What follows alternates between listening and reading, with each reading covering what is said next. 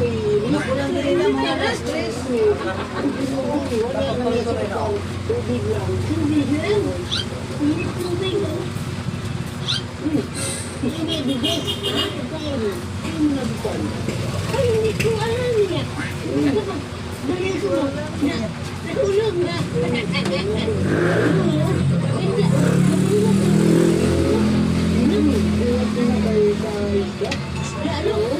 Bakit? Ang bigas na kumuli ko.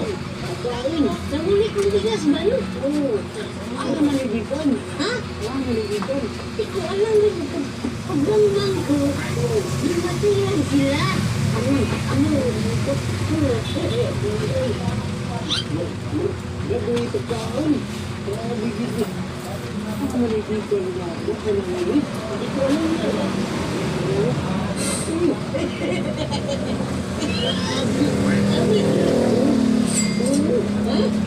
Gagawin ito kaon. Nagulat ka? Wala itong gusin mo. Alam mo ba? Ay, ay marami pa rin ang nabibiktima ng mga scammer na ito. Sa video ay makikita ang lalaking naka-helmet na madalas na rin makita sa mga CCTV footage na kanyang mga scam sa kanyang palit pera modus. Dito ay umorder siya ng pagkain sa isang tindera sa Cavite. Pero nung sinabihan na siya ng tindera, ay kumbaring nagtanong sa kanyang kasama na kung okay na ba sa kanya yung in-order niya, pero sinabi nito na hindi raw pala yun ang gusto niya, kaya pinakansel nila ito.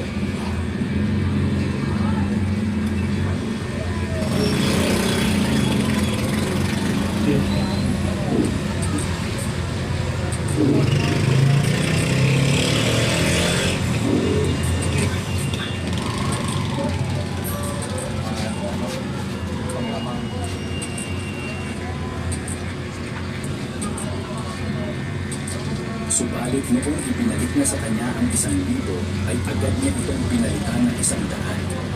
Kaya nagulat din ang tindera noong ipinakita na sa kanya ang 100 na kaagad naman niyang pinalitan ng isa pang 100. At dahil nga sa hindi aware ang tindera sa ganitong modus, kaya nakalusot ang scammer. Subalit bago pa man ibalik ng scammer ang sukli sa tindera, ay may inungkit na itong pera na kadalasan ay limang sukli. Kaya pagkabalik ng scammer ng sukli, ay focus na ito dahil nasa kabilang kamay na niya ang perang inungkit na kaagad din niyang nilagay sa kanyang bulsa. Ito rin ang pera na pinalik niya sa 1,000 piso, kaya malunong 100 lang ang inungkit na niya. Madalas din kasi hindi nabibilang ng tindera ang sukling pinabalik sa kanila dahil sa habang binabalik ng scammer ay kinakausap ang tindera para mawala ito sa focus. Kaya maliwanag na 1,000 euro ang nakuha sa tindera. Kaya mag-ingat sa taong ito at sa ganitong klase ng scam. Sana makatulong ang video na ito para maiwasan ang nangyayari dahil nasa panahon ngayon na talamak ang panlilila. Always double check ang pera. Huwag basta-basta magpapadala sa pagmamadali o pag-pressure ng mga taong may masamang balak. Sa pagkakala ang nangyayari sa ibarang ito, kung tumaman siya ang lalaki nito subalit nung susuklihan na siya, ay biglang sinabi nito kung meron daw sila ng easy open yan.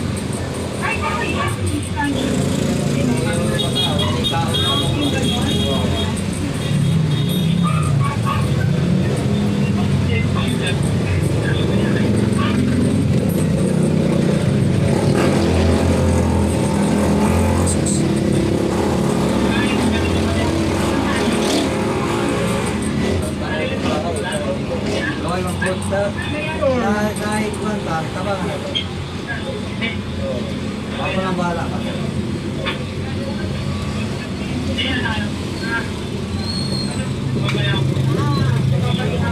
At dahil medyo alanganin siya at sabi din ng tindera na ibinigay na sa kanya ang 500, kaya nagpalusot na lang ang lalaki na papalit lang daw ng barya. Hindi na lang ay alerto ang tindera kaya hindi siya naisahan ng scammer.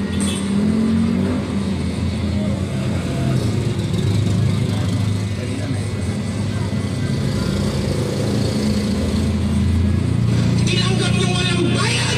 Ibigay nyo walang bayad! Kung sugo ka ng Diyos, binabayaran ba ang pagiging sugo o hindi? Kung walang bayad ang pagkasugo mo, ang aral mo dapat walang bayad. Amen? Kung nagpapabayad, antikristo o hindi?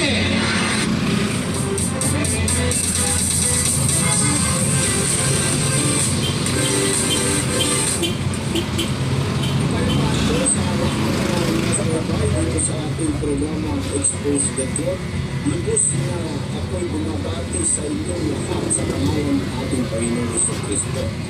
Magandang araw, magandang umaga, magandang gabi, anumang oras kayo nakikinig dito sa ating programa.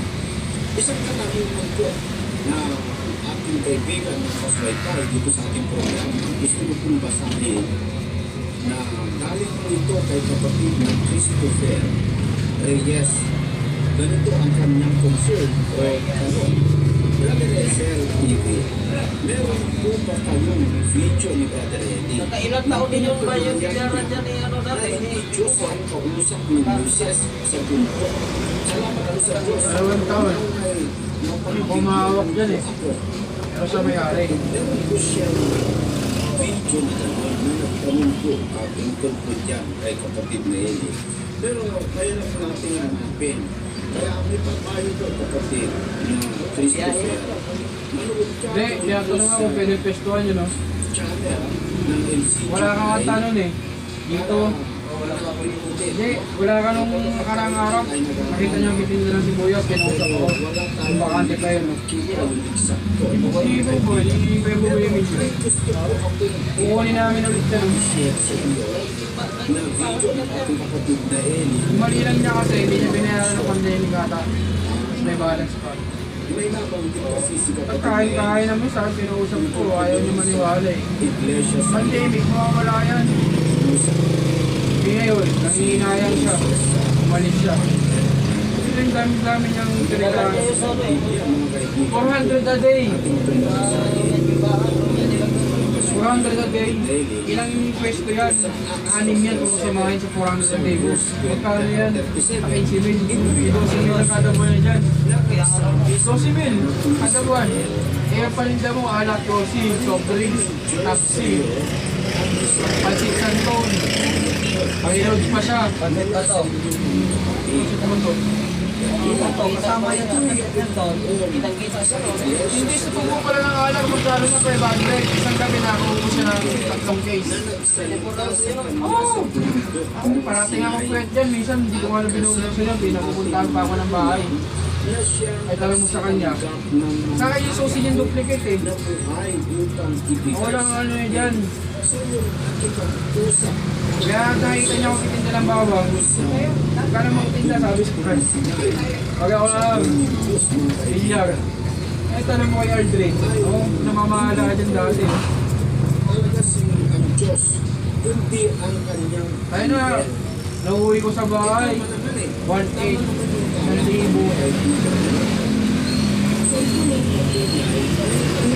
Ang gagawin ko lang, mag-set ng bola.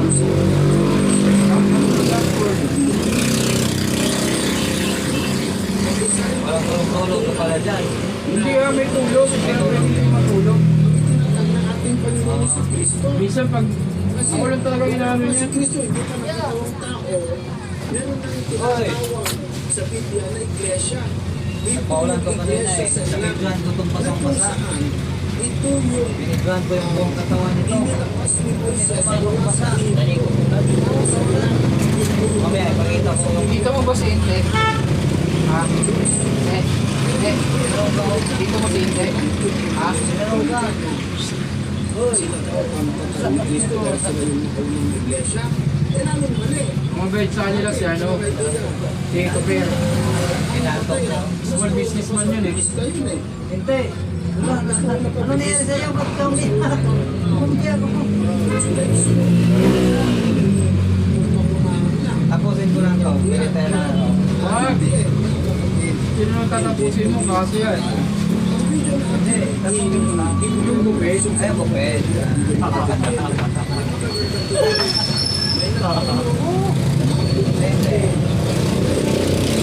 Kaya masabay ako. Pero binubusan nila ng mantika yan.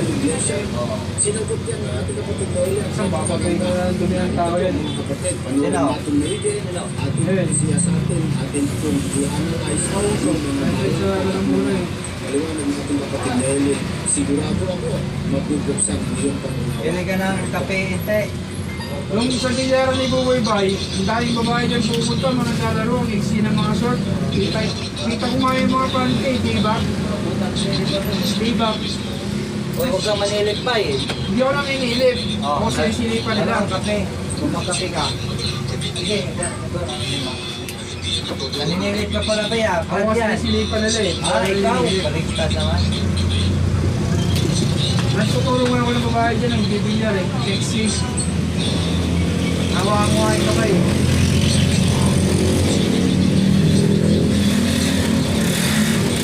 Ang mga nagluluto ng taxi dyan, taxi, pang silog, hot silog, burger silog, mga nakilala kong babae.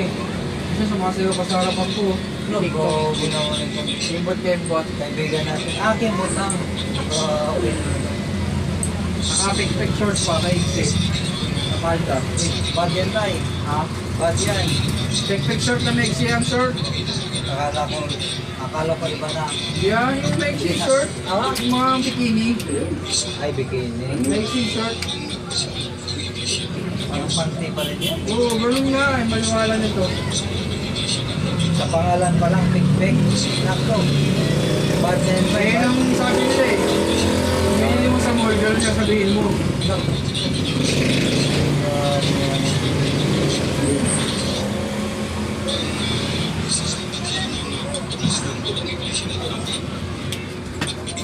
Tulitin ba natin ito ba eh? Hindi na.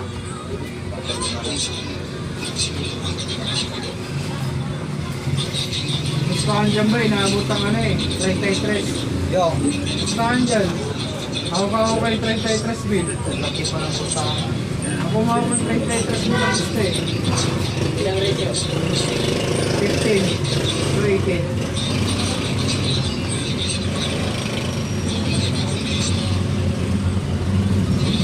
Ligado ka paglabas niyan.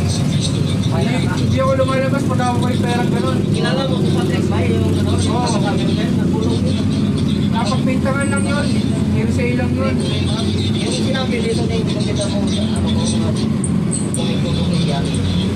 Sinabi ko na, ano, na